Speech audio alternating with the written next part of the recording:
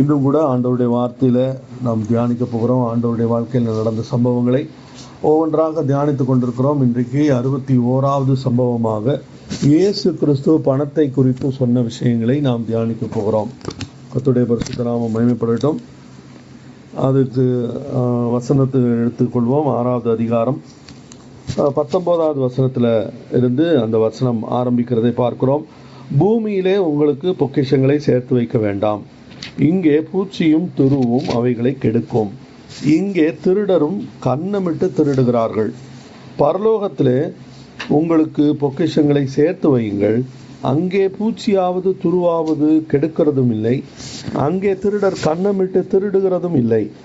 உங்கள் பொக்கிஷம் எங்கே இருக்கிறதோ அங்கே உங்கள் இருதயமும் இருக்கும்.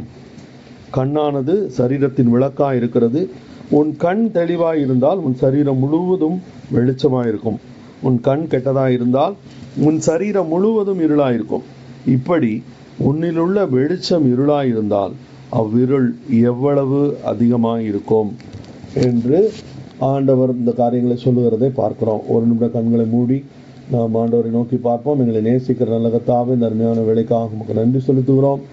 ஆண்டவரே கர்த்தாவே, பேசும் அடியேன் கேட்கிறேன் என்று சொல்லி அன்றைக்கு தன்னை தாழ்த்தி இந்த சமூகத்தில் ஆண்டவரே தன்னை ஒப்பு கொடுத்த அந்த குட்டி சாமுவேலை போல ஆண்டவர் இப்படி சமூகத்தில் எங்களை தாழ்த்தி ஒப்பு கொடுக்குறோம். கர்த்தர் எங்களோடு கூட இடைப்படும், நீர் பொறுப்பெடுத்துக் கொள்ளும். கர்த்தர் பேசும், அடியேனை முற்றிலுமாய் மறைத்துக் கொள்ளும். இயேசுவின் நாமத்தில் ஜெபங்களும் பிதாவே, ஆமென். கர்த்தருடைய பரிசுத்த நாமம் மகிமைப்படுவதாக.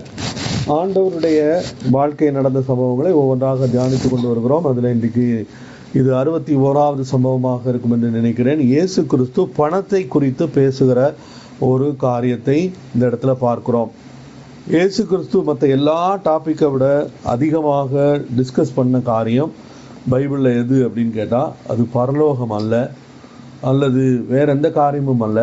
பணத்தை குறித்து அநேக காரியங்களை இயேசு கிறிஸ்து இந்த உலகத்தில் இருக்கிற போது அவர் ஊழியம் செய்யும் போது அவர் பிரசங்கித்திருப்பதை நாம் வேதத்தில் பார்க்க முடியும்.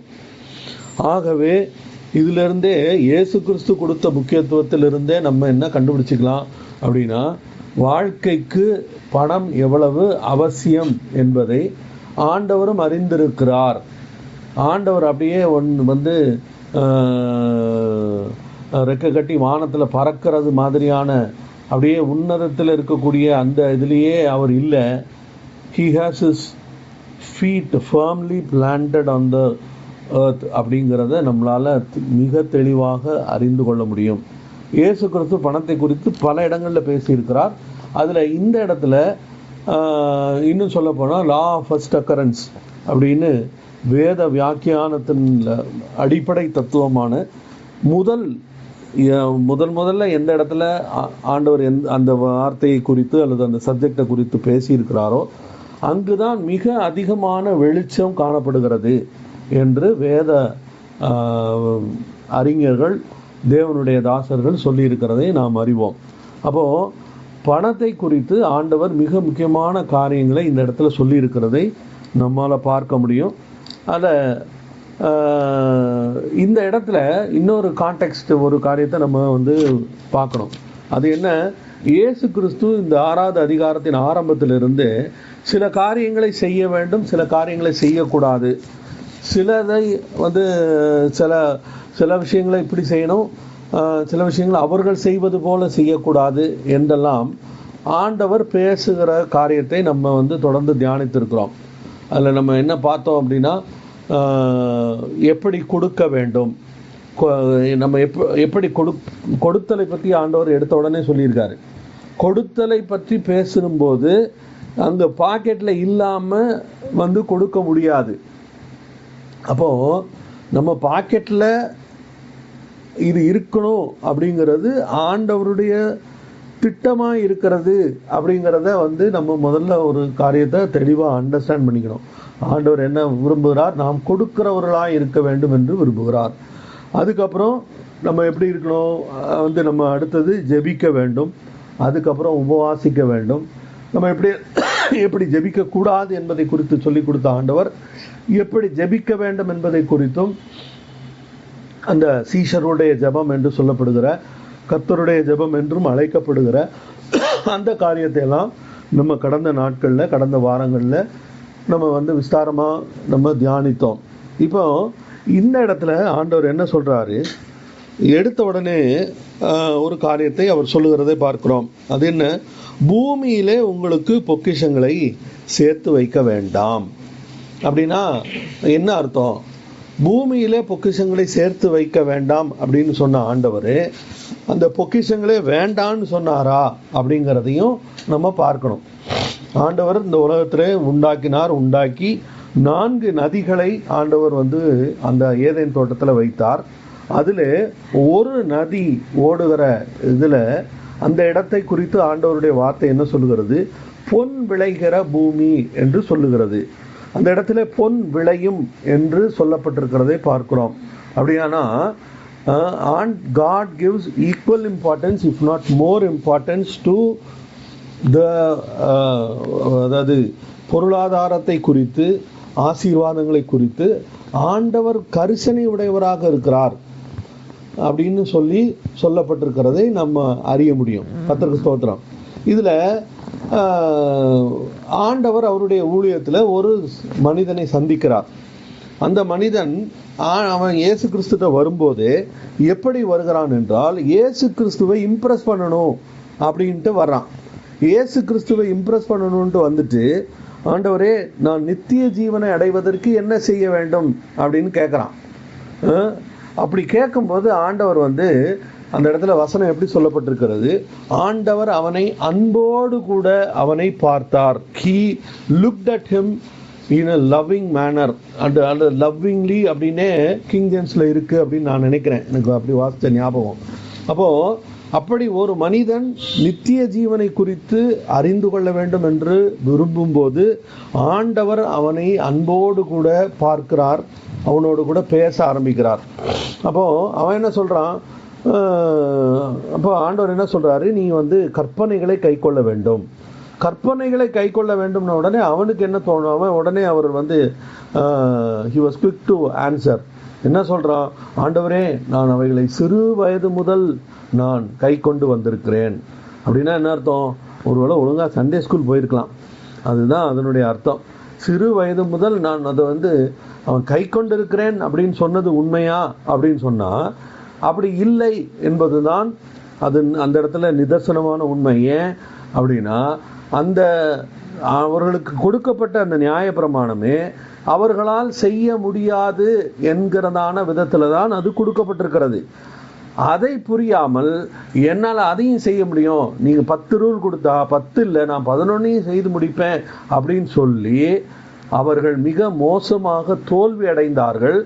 அல்லது இன்னும் சொல்லப்போனால் அவர்கள் அப்படி தோல்வி அடையும் போது தங்களுக்கு ஒரு மீட்பர் தேவை, தங்களுக்கு இந்த சட்ட திட்டங்கள் நம்மை பாதுகாக்காது, நம்மை பாதுகாப்பதற்கு, நம்மை விடுதலை ஆக்குவதற்கு நமக்கு ஒரு மீட்பர் தேவை என்பதை உணரும்படியாக ஆண்டவர் கொடுத்த அந்த நியாயப்பிரமாணத்தை இவன் ஏதோ தான் அதை செய்து செயல்பட்டு அதை நிரூபிச்சிடலாம் அப்படிங்கிற மாதிரி அவன் சொல்றான்.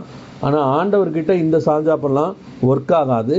He cuts to the chase just like anything.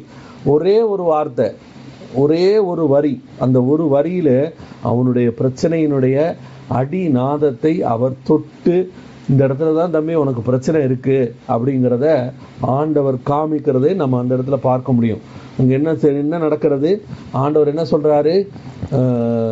உன்னிடத்தில் ஒரு குறை உண்டு. என்ன குறை உண்டு? உன்னிடத்தில் உள்ளதை விற்று தரித்திரருக்கு கொடுத்து அப்புறம் என்னை பின்பற்றி வா அப்படின்னு ஆண்டவர் சொன்னதை அந்த இடத்துல நம்ம வாசிக்க முடியும். இப்படி சொன்ன ஆண்டவர் வேற யார்கிட்டையாவது உங்களிடத்துல இருக்கிறதெல்லாம் விற்று தரித்திரருக்கு கொடு அப்படின்னு இயேசு சொன்னதாக ஒரு இடத்துல கூட இல்லை. ஏன்னா அவர் அப்படி சொல்லவே இல்லை. அப்படி அது அவர்கள் எல்லாத்தையும் எல்லா பொருளையும் வித்துட்டு அப்படியே தரித்திரரா அலைய வேண்டும் என்பது ஆண்டவருடைய திட்டமும் இல்லை. அவர் அவர் லாசருவனுடைய வீட்டுக்கு மரியாள் மார்த்தாள் அவர்களுடைய வீட்டுக்கு அவர் போறாரு. அவர் ஏன் அங்கே போகிறாரு? அவர்கள் வந்து இயேசுவை ஏற்றுக்கொள்கிறார்கள், இயேசுவை அங்கீகரிக்கிறார்கள். இயேசுவுக்கு அவர்கள் வந்து அவரை வந்து சாப்பாடு கொடுத்து அவரை கவனிக்கிறாங்க. அவங்கக்கிட்டையும் போய் நீ இருக்கிறதெல்லாம் விற்றுட்டு வா அப்படின்னு சொன்னால் அது வந்து முட்டாள்தனமாக இருக்கும். அதனால தான் அவர் செய்யலை. கர்த்தருக்கு ஸ்தோத்திரம். இன்னும் சொல்லப்போனால் இயேசு கிறிஸ்துவை ஒரு ஆயக்காரன், ஆயக்காரன்லேயும் ஆயக்காரன், அவன் ரொம்ப மோசமான ஒரு ஆயக்காரன். அந்த அளவுக்கு அவன் வந்து மனிதர்கள் மத்தியில் பேரை கெடுத்து வச்சிருக்கக்கூடிய ஒரு மனிதன். ஆனால் அவனுடைய இருதயத்தில் ஒரு நாள் திடீரென்று அவனுக்கு இயேசுவை பார்க்க வேண்டும் என்கிறதான ஆர்வம் இருக்கிறது. அப்போ அவன் இயேசுவை தேடுகிறான். இயேசுவை தேடி அவன் ரொம்ப கட்டையாக இருந்தான். அவன் வந்து யூதர்கள் வழக்கமாகவே உயரமானவர்களாக இருப்பார்கள். அவர்களுக்கு அவளோட கூட நின்னா இடிச்சிட்டு இருக்கணும். ரெண்டாவது கூட்டத்தில் நிற்கும் போது மற்றவன் ஏதாவது கேள்வி கேட்டால் பதில் சொல்லணும். இது எதுக்கு அவஸ்தை? நம்ம வந்து இயேசுவை பார்க்கணும். அதுக்கு என்ன பண்ணுவோம்?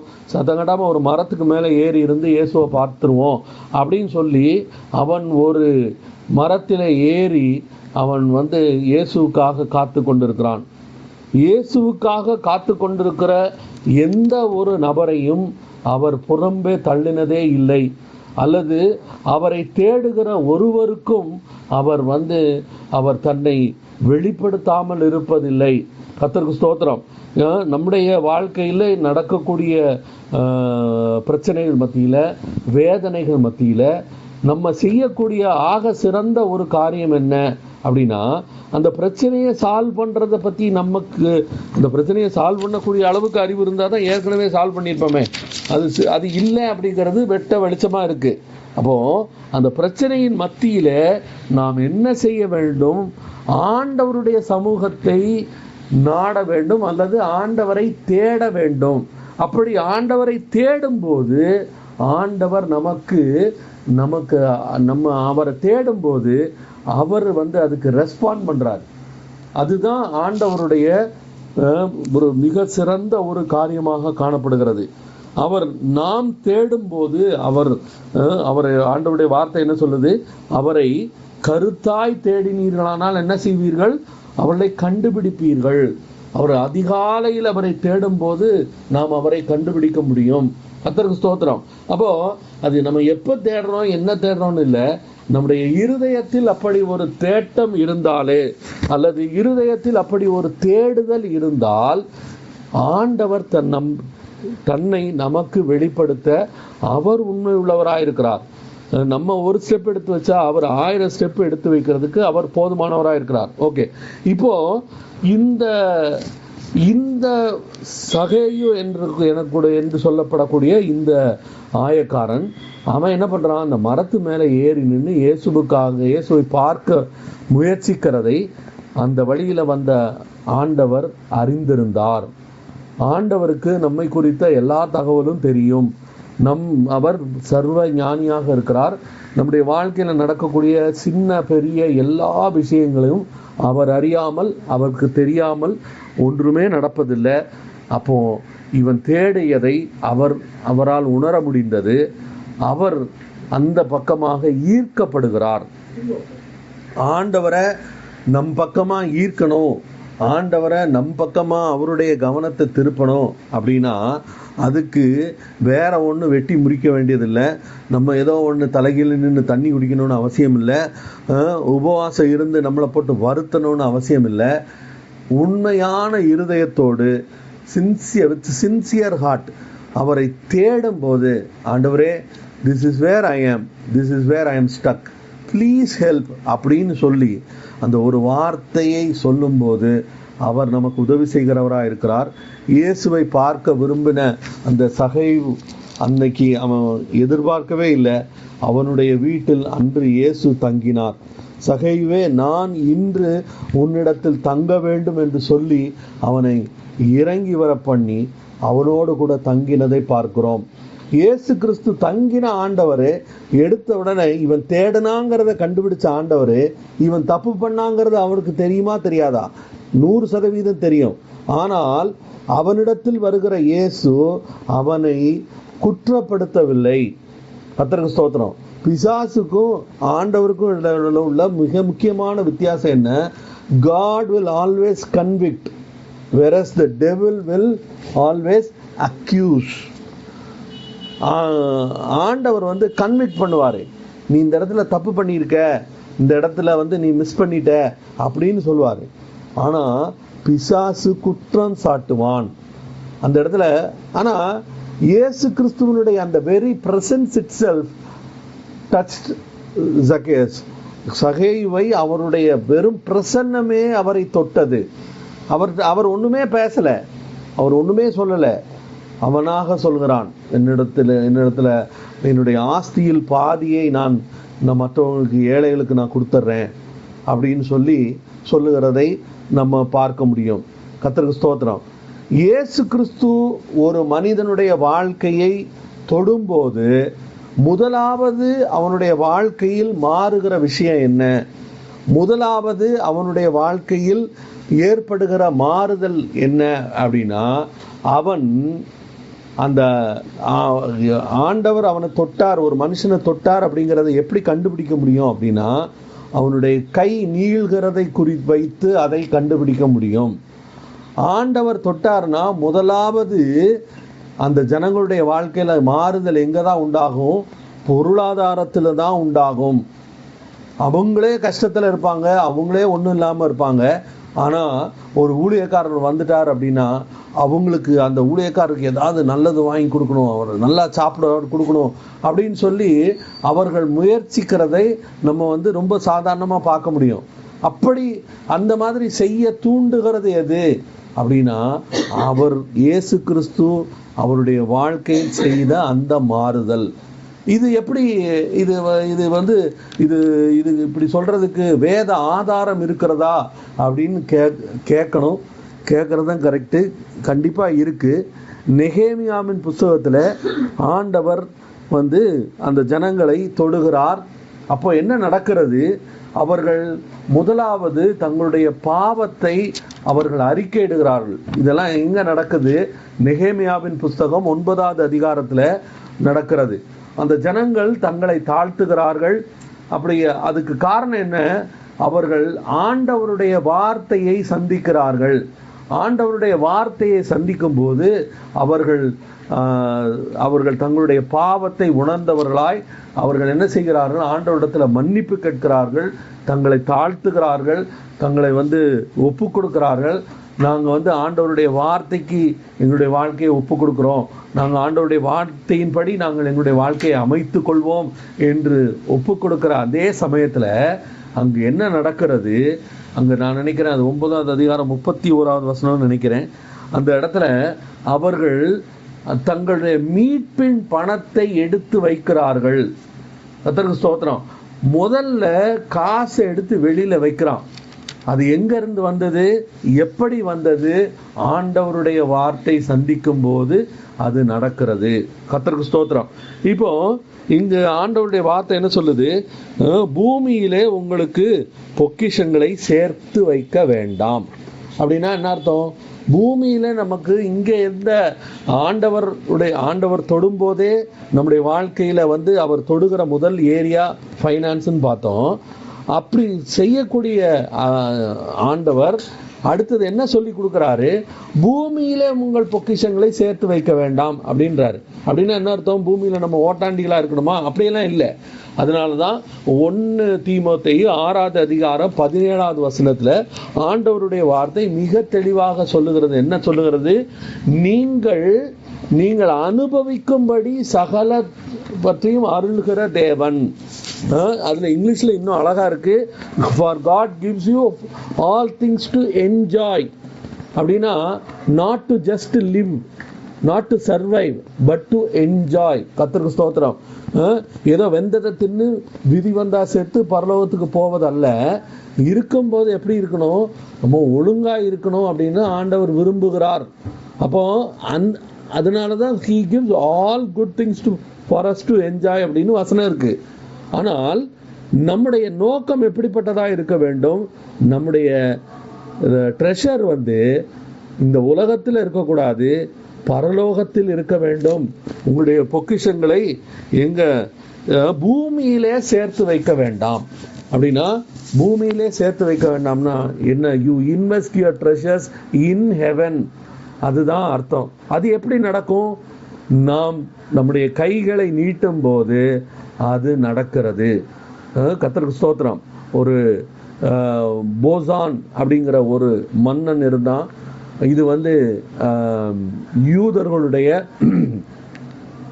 கலாச்சாரத்தில் இருக்கக்கூடிய அவர்கள் அந்த யூத ரபிகள் அவர்கள் அவர்கள் சொல்லக்கூடிய ஒரு சம்பவம், ஒரு கதை. அதில் என்ன நடக்குது அப்படின்னா, ஒரு ராஜா வந்தார். அவங்க அப்பா, அவரோட அப்பாவோட அப்பா எல்லாரும் ஏகப்பட்ட காசு பணமெல்லாம் அவர் சேர்த்து வைத்திருந்தார்கள். அதை இந்த மனிதன், இவருடைய பெயர் போசான் என்கிறதான அந்த ராஜா, அவர் ராஜாவாக மாறுகிறார். மாறும்போது அவர் என்ன செய்கிறார்? அவருடைய இருக்கிற பணத்தெல்லாம் எடுத்து ஜனங்களுக்காக செலவு பண்ணுகிறார். ஜனங்களுக்கு, ஏழைகளுக்கு, கஷ்டத்தில் இருக்கிறவங்களுக்கு அவர்களுக்கு எப்படியெல்லாம் உதவி செய்ய முடியுமோ அப்படியெல்லாம் உதவி செய்கிறார். அப்படி செய்வதை பார்த்த அந்த அவரை சுற்றி இருந்த மனிதர்கள், அந்த மந்திரிகள்லாம், ராஜாவே இதெல்லாம் நீ பாட்டு இப்படி அள்ளி இறைக்கிற, இதெல்லாம் எவ்வளோ கஷ்டப்பட்டு உங்கள் அப்பாவும் உங்கள் தாத்தாவும் அவங்களுக்கு முன்னாடி இருந்தவங்களும் சேமித்தாங்க தெரியுமா, நீ ஏன் இப்படி பண்ணுற அப்படின்னு கேட்கும்போது அவன் என்ன சொன்னானா, அவர்கள் எல்லாரும் இந்த உலகத்திற்காக சேமித்தார்கள், நான் பரலோகத்துக்கென்று சேர்க்கிறேன். அவர்களுடைய நோக்கமும் திட்டமும் எல்லாம் பணமாக மட்டுமே இருந்தது. என்னுடைய நோக்கமும் திட்டமும் ஜனங்கள் நன்றாக இருக்க வேண்டும், அவர்கள் ஆசீர்வாதமாக இருக்க வேண்டும், அவர் மேன்மையாக இருக்க வேண்டும் என்பதாக இருக்கிறது என்று அவன் சொன்னதாக அவர்களுடைய ரபிகளுடைய அந்த புஸ்தகத்தில் அப்படி சொல்லப்பட்டிருக்கிற ஒரு கதை இருக்கிறது. இப்போ நம்ம அப்போ இன்வெஸ்ட் பண்ணுறது எதுக்காக இன்வெஸ்ட் பண்ணுறோம்? we are investing in heaven. அது எப்படி நடக்கும்? By us being generous. கர்த்தருக்கு ஸ்தோத்திரம். அது மட்டும் இல்லை, அங்கே பாருங்க, இங்கே என்ன நடக்கிறது? இங்கே பூச்சியும் துருவும் அவைகளை கெடுக்கும், இங்கே திருடரும் கண்ணமிட்டு திருடுவார்கள். இங்கே பூச்சியும் துருவும் என்ன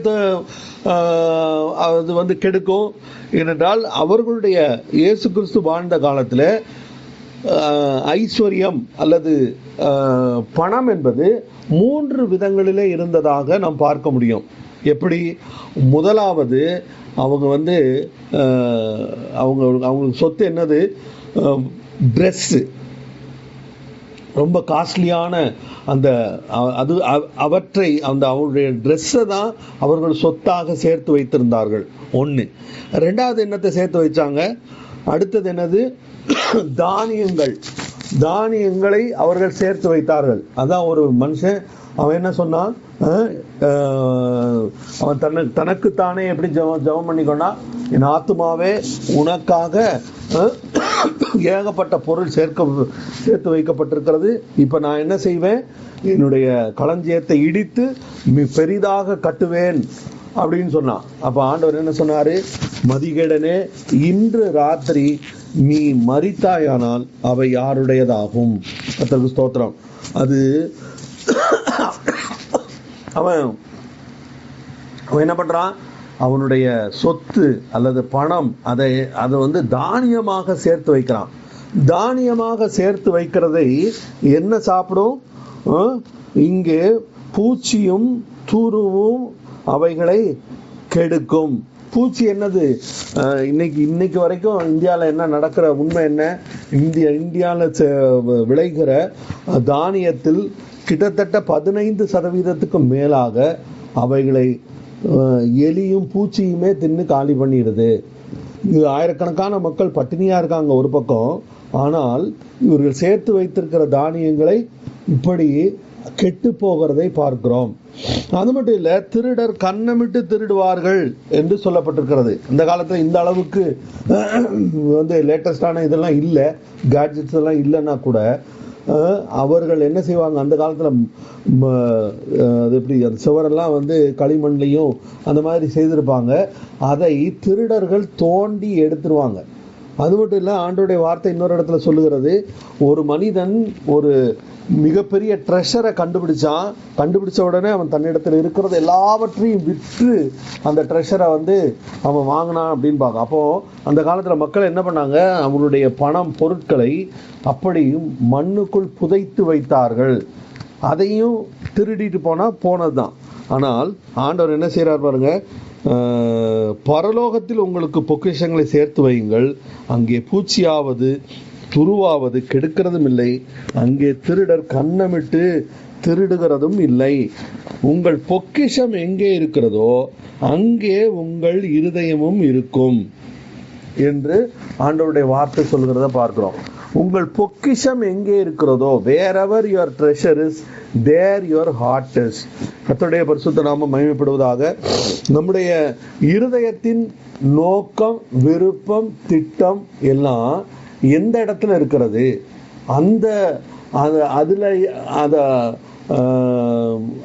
அதை குறித்து தான் நம்முடைய அட்டென்ஷனும் என்னாகும், போகும். நம்முடைய இருதயம் நமக்கு ஆண்டவர் கொடுத்த காரியங்களை ஆண்டவர் சொன்ன விதத்தில் நாம் பயன்படுத்தி செயல்பட்டு வந்தோமானால் நம்முடைய இருதயம் என்னவா இருக்கும், நம்முடைய இருதயம் ஆண்டவர் மேலே பதிக்கப்பட்டிருக்கும். அந்த விசுவாசத்தோடு நம்ம வாழ முடியும், நம்ம தைரியத்தோடு நம்ம இருக்க முடியும். ஆனால் அப்படி இல்லாமல் பொக்கிஷங்களை தனக்காகவே சேர்த்து வைத்து கொண்டிருக்கிறவர்கள், அவர்கள் எந்த நேரமும் அவர்களுடைய இருதயம் அதன் மேலேயே இருக்கிறதை பார்க்க முடியும். கர்த்தருக்கு ஸ்தோத்திரம். ரெண்டாவது உலகப்போர் முடிந்த அந்த சமயத்தில் நூற்றுக்கணக்கான பிள்ளைகள் ஆர்ஃபன்ஸ் ஆனாங்க. அந்த பிள்ளைகளை எடுத்து கொண்டு போய் நல்ல ஒரு பாதுகாப்பான இடத்துல கொண்டு போய் வச்சு அவர்களுக்கு 3 வேளையும் சாப்பாடு கொடுத்து பராமரிக்க ஆரம்பித்தார்கள். ஆனால் அங்கே என்ன நடந்தது அப்படின்னா, அப்படி 3 வேளையும் சாப்பாடு கொடுத்து, நல்ல சாப்பாடு கொடுத்து பராமரிக்கப்பட்ட அந்த குழந்தைகள் ராத்திரி பூரா தூங்காம முழிச்சிருக்கிறத அவங்க பார்க்குறாங்க. அந்த பிள்ளைகளுக்கு எப்போவும் அவங்க ஒழுங்காகவே தூங்கலை. அவங்களுக்கு அந்த பிள்ளைகளுடைய மறுநாள் ராத்திரி தூங்கலைன்னா என்ன ஆகும், மறுநாள் டயர்டாக இருக்கும். அந்த மாதிரி அந்த பிள்ளைகள் அப்படி இருக்கிறத பார்க்கும்போது இவங்களுக்கெல்லாம் ஒரே ஆச்சரியம். என்ன ஆச்சரியம், இவங்களுக்கு நம்ம 3 வேளையும் நல்ல சாப்பாடு கொடுக்குறோம், ஆனாலும் இந்த பிள்ளைகள் ஏன் இப்படி இருக்கு அப்படின்னு சொல்லி பார்க்கும்போது அதை ரன் பண்ணுற ஒருத்தர் என்ன பண்ணாராம், ஒரு நாள் அவர் அதுக்கான காரணம் என்ன அப்படிங்கிறத கண்டுபிடிக்கிறாங்க. இப்போ காரணத்தை கண்டுபிடிக்கும் போது என்ன கண்டுபிடிச்சாங்க, இவர் என்ன பண்ணாராம், அந்த பிள்ளைகள் ராத்திரி தூங்க போகிறப்போ அந்த பிள்ளைகளுடைய எல்லாருடைய கையிலையும் ஒரு ஸ்லைஸ் பிரெட்டை கையில் கொடுத்து, இது நீ நாளைக்கு காலையில் எந்திரிச்ச உடனே இது சாப்பிட்டுக்கலாம் அப்படின்னு சொல்லி அந்த பிள்ளைகளுடைய கையில் கொடுக்கும்போது அந்த பிள்ளைகள் என்ன பண்ணுச்சு, அந்த பிரெட்டை அப்படியே இறுக்கி பிடிச்சிட்டு அன்னைக்கு பிரெட்டு கொடுத்த அன்னைக்கு அந்த பிள்ளைகள் எல்லாம் நல்லா தூங்கிடுச்சு. மறுநாள் தூங்கி எந்திரிச்சு. ஏன், என்ன காரணம், அவர்கள் அதுவரையில் எப்படி இருந்திருக்காங்க, அடுத்த நாள் சாப்பாடு கிடைக்குமா கிடைக்காதான்னு தெரியாது, அடுத்த நாள் சாப்பிடுவோமான்னு தெரியாது. அதனாலவே அதை குறித்தே பயந்து இருந்த அந்த பிள்ளைகளுக்கு கையில் ஒரு துண்டு பிரெட்டு கொடுத்த உடனே அந்த பிள்ளைகளால் நல்லா தூங்க முடிந்தது. கர்த்தருக்கு ஸ்தோத்திரம். இப்போவும் பிறக்கிற குழந்தைகள் எப்படி தான் பிறக்குது, ஃபிஸ்ட்டை டைட்டாக மூடிட்டு தான் பிறக்குது. அப்படின்னா என்ன அர்த்தம், என்னுடையது, எனக்குரியது, எனக்கு, இதை நான் என்ன பண்ண மாட்டேன், யாருக்கும் கொடுக்க மாட்டேன். அதை பற்றி எதுவுமே சொல்லியே கொடுக்காத சிறு குழந்தைகள் கூட தன்னுடைய பொருட்களை அது தான் விளையாட்டு ஜாமானாக இருக்கட்டும், அது வேற யாரோ ஒருத்தங்க தான் கிஃப்டாக கொடுத்துருப்பாங்க. ஆனால் அதை அடுத்த அது மாதிரி உள்ள பிள்ளைக்கு கொடுப்பதற்கு அதுக்கு மனசு இல்லை. ஏன், அது பிறக்கும் போதே அப்படிதான் பிறக்குது. கர்த்தருக்கு ஸ்தோத்திரம். மனிதன் இயற்கையாகவே அப்படிப்பட்டவனாக இருக்கிறான். ஆனால் அவன் எப்போது ஆண்டவரை சந்திக்கிறானோ, அவனுடைய வாழ்க்கையில் மாற்றம் உண்டாகிறதோ, எப்போ அவன் இயேசு கிறிஸ்துவை சொந்த இரட்சகராக ஏற்றுக்கொள்கிறானோ, அப்போது அவனுடைய வாழ்க்கையில் மாற்றம், பொருளாதாரத்திலும் அவன் மாறுகிறவனாக இருக்கிறான். பொருளாதாரத்தை தன்னுடைய தனக்கு இல்லைனாலும் பரவாயில்ல நம்ம கொடுப்போம் அப்படிங்கிற அந்த மனநிலைக்கு, நமக்கு ஆண்டவர் தருவாரு நம்ம கொடுக்கணும் அப்படிங்கிற அந்த எண்ணத்துக்கும் அந்த ஒரு நிலவரத்துக்கும் வர்றதுக்கு என்ன காரணமாக இருக்கிறது? ஆண்டவருடைய அன்பு தான் காரணமாக இருக்கிறது. அப்போ அப்படிப்பட்ட அவர்கள் என்ன செய்யறாங்க? உங்கள் பொக்கிஷம் எங்கே இருக்கிறதோ அங்கே உங்கள் இருதயம் இருக்கும். கண்ணானது சரீரத்தின் விளக்காய் இருக்கிறது. உன் கண் தெளிவாய் இருந்தால் உன் சரீரம் முழுவதும் வெளிச்சமாயிருக்கும். உன் கண் கெட்டதாய் இருந்தால் உன் சரீரம் முழுவதும் இருளாயிருக்கும். இப்படி உன்னில் உள்ள வெளிச்சம் இருளாய் இருந்தால் அவ்விருள் எவ்வளவு அதிகமாக இருக்கும் என்று இந்த இடத்துல வாசிக்கிறோம். இந்த இடத்துல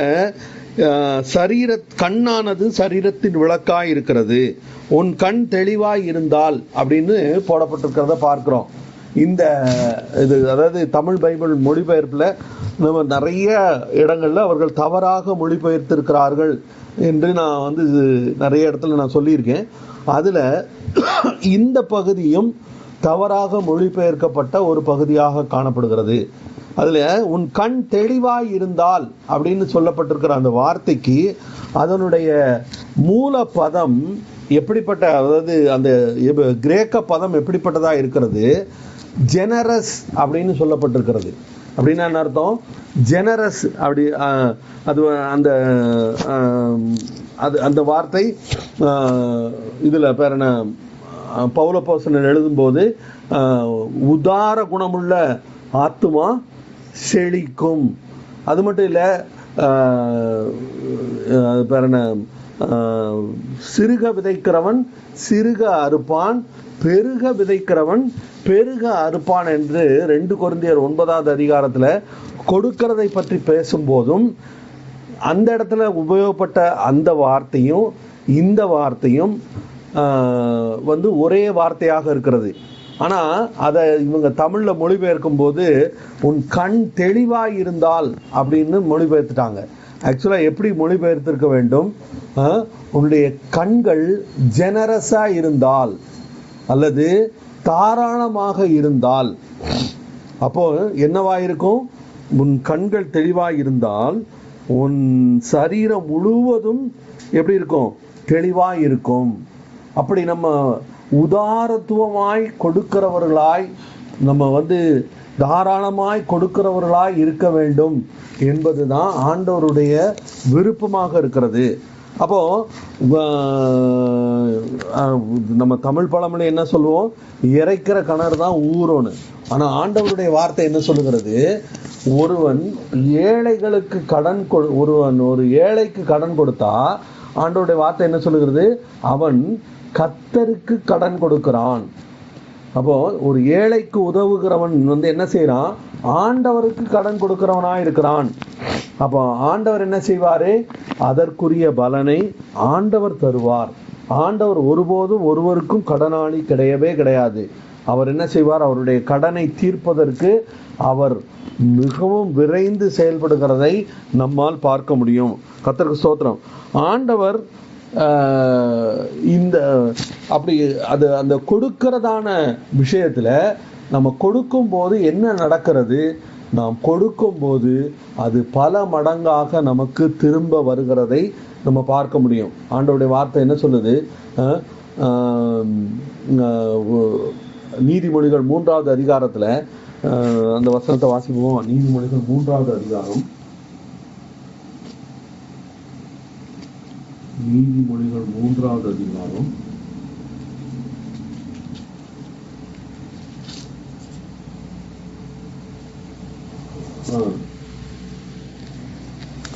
அதுல இருக்கு பாருங்க. 9வது வசனத்திலிருந்து, உன் பொருளாலும் உன் எல்லா விளைவின் முதற் பலனாலும் கர்த்தரை கனம் பண்ணு, அப்பொழுது உன் களஞ்சியங்கள் பூரணமாய் நிரம்பும், உன் ஆலைகளில் திராட்சரசம் புரண்டோடும் என்று சொல்லப்பட்டிருக்கிறதை பார்க்கிறோம். அதே மாதிரி 2 கொரிந்தியர் 9வது அதிகாரத்திலையும் பார்த்தா, 2 கொரிந்தியர் 9வது அதிகாரம்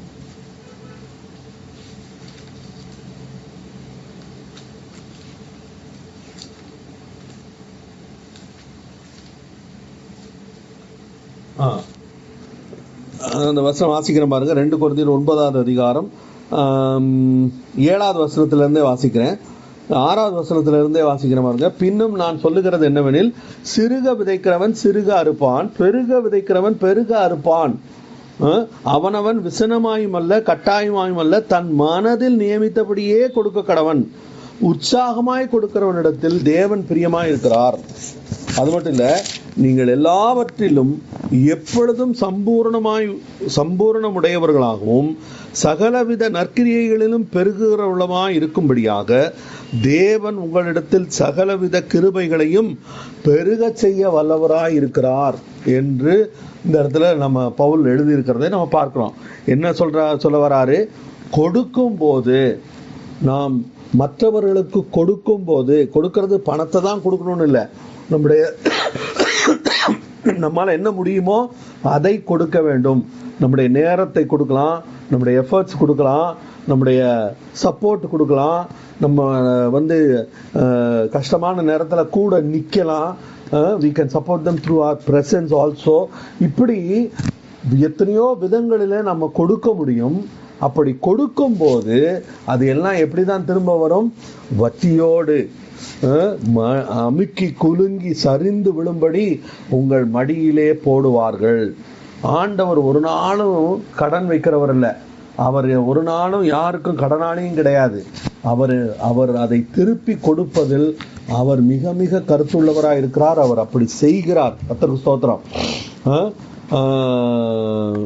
அப்போ ஆண்டவருடைய வார்த்தையில இன்னைக்கு நம்ம படிச்சது என்ன? முக்கியமான ஒரு காரியம் என்ன? நம்முடைய கவனம் என்ன செய்யக்கூடாது? இந்த உலகத்தின் பேரில் இருக்கக்கூடாது. அப்படின்னா உலகத்தின் பேரில் இருக்கக்கூடாதுன்னா எல்லாம் எனக்கு, என் பொண்டாட்டிக்கு, என் பிள்ளைகளுக்கு, அதோட வாழ்க்கை முடிஞ்சது.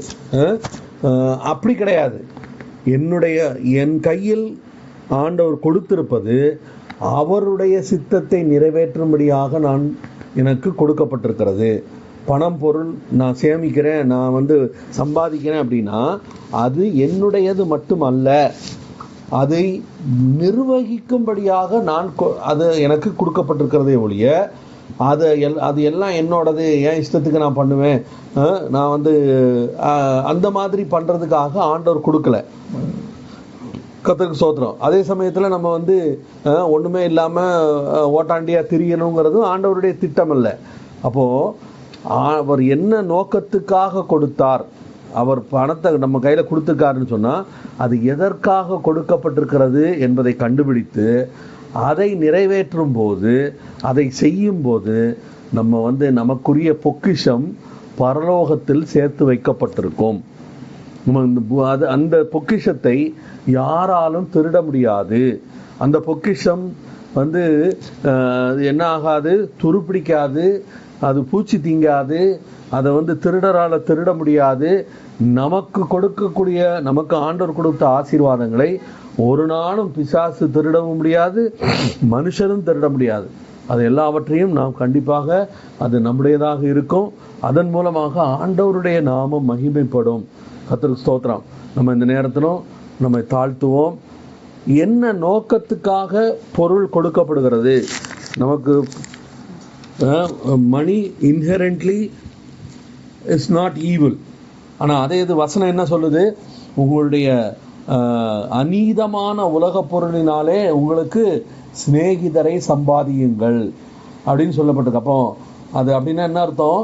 நம்ம அப்படி உதவி செய்யும் போது, நம்ம ஆண்டவருக்கு, அதாவது கஷ்டப்படும் போது நம்ம பார்க்கும்போது, நம்மளால் உதவி செய்ய முடிகிற போது நாம் செய்யாமல் இருக்கக்கூடாது. நம்முடைய மனம்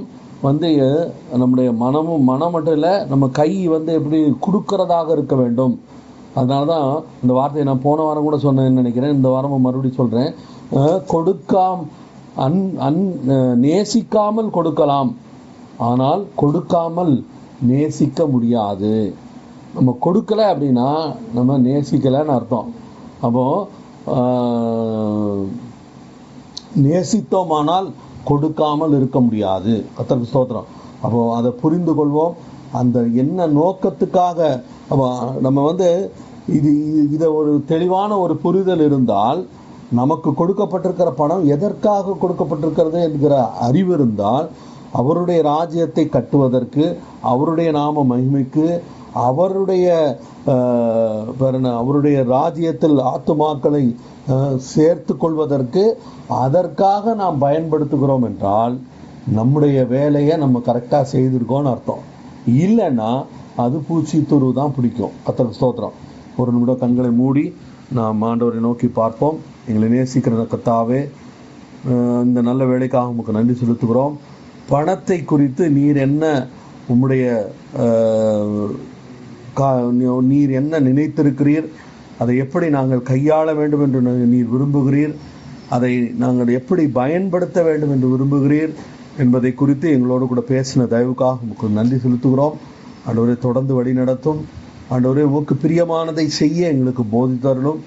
எங்களுடைய கையில் நீர் எங்களை நம்பி பணத்தை கொடுக்கும்போது நாங்கள் உண்மையுள்ள ஸ்தானாபதிகளாய், ஆண்டவரே, ஃபெய்த்ஃபுல் ஸ்டூவர்ட்ஸாக அதை ஹேண்டில் பண்ணுறதுக்கு எங்களுக்கு கற்றுத்தாரும். எல்லா துதி கனமையுமே நீர் எடுத்துக்கொள்ளும். இயேசுவின் நாமத்தில் ஜெபங்களும் பிதாவே, ஆமேன். கர்த்தருடைய பரிசுத்த நாமம் மகிமைப்படுவதாக. தொடர்ந்து என்னோடு கூட இணைந்திருங்கள். இந்த வீடியோ ஆடியோ உங்களுக்கு பிரயோஜனமாக இருந்தால் தயவுசெய்து மற்றவர்களோடு பகிர்ந்து கொள்ளுங்கள். மீண்டும் அடுத்த நிகழ்ச்சியில் உங்களை சந்திக்கும் வரை உங்களிடமிருந்து விடைபெறுவது உங்கள் சகோதரன் சந்தோஷ். அல்லேலூயா.